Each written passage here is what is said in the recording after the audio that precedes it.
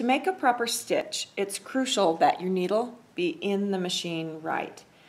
You can see the needle has a groove right here in the front. That part of the needle needs to be facing front. In the back, I hope you can see it against my finger here, there's a cutout groove here. That's called the scarf, and that section needs to be towards the back. And the easiest way to get it in here correctly is to use a pin, and I put a pin into the eye of the needle.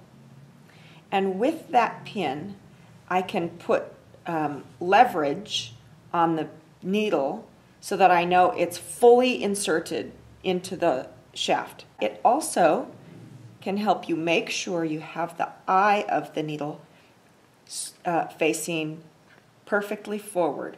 Once you have it in that position, then you tighten down the screw.